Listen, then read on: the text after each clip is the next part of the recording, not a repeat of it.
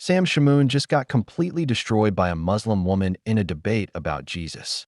And it wasn't even close. This woman came with facts, sources, and academic knowledge that left Shamoun speechless. By the end of this video, you'll see exactly how she dismantled his arguments one by one using actual historical evidence. What's up, everyone? Today we're breaking down the debate that's got everyone talking. Shamoun, the guy who's been doing Christian apologetic for decades, thought he was going to have an easy debate about Jesus with a Muslim woman. Big mistake. This woman, let's call her Dr. Amina, came prepared with her PhD in early Christian history and absolutely demolished every single point Shamoun tried to make. Let's get into it. So here's what happened. Shamoun starts the debate like he always does, throwing out Bible verses and acting like that settles everything. He's talking about Jesus like the gospel stories are historical facts that can't be questioned. Then Dr. Amina speaks up, and immediately you can tell this isn't going to go how Shamoun expected. She starts asking him about sources. She wants to know which gospel was written first. She's asking about contradictions between the stories that Shamoun's already looking uncomfortable. Dr. Amina drops her first bomb. She says, Mr. Shamoun, you're treating first-century religious texts like they're modern history books. That's not how historical analysis works. Then she breaks it down. The earliest Christian writings, Paul's letters, barely mention Jesus as a historical person. No birth story, no miracles, no detailed life events. Just a guy who died and supposedly rose again. Shamoun tries to interrupt with some apologetic nonsense, but she's not having it. The Gospel of Mark, she says, written around 70 CE, is your earliest story about Jesus. But Matthew and Luke, written later, contradict Mark on basic facts. They can't even agree on Jesus's genealogy or birth story. Shamoun's getting flustered. He starts talking about harmonizing the accounts, trying to make the contradictions disappear. That's when Dr. Amina delivers the knockout punch. Mr. Shamoun, you're doing theology, not history. Real historians don't ignore contradictions. They study them to understand how stories developed over time. This is where it gets really good. Dr. Amina starts explaining how actual historians study ancient texts.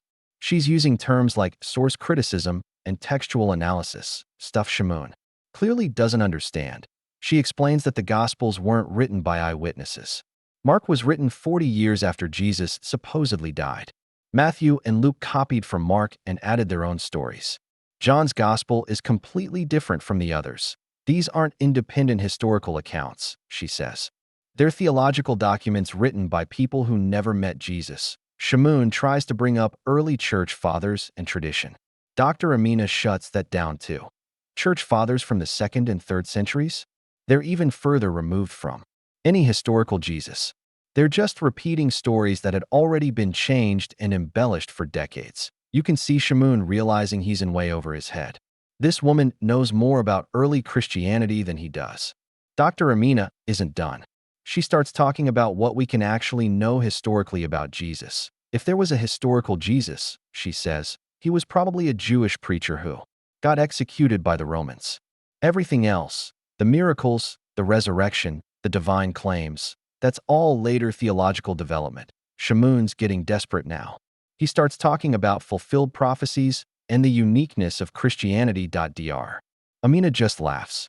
Mr. Shamoun, every religion claims unique revelations and fulfilled prophecies.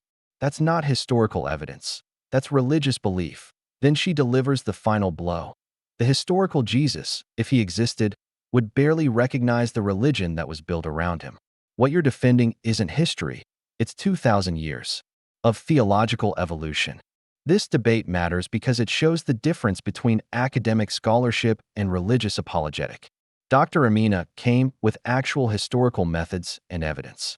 Shamoun came with faith-based arguments and circular reasoning. She showed that you can't just quote religious texts as historical proof.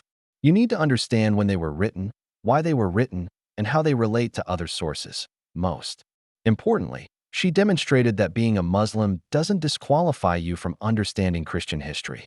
In fact, her outside perspective and academic training gave her advantages that Shamoun's faith-based approach couldn't match.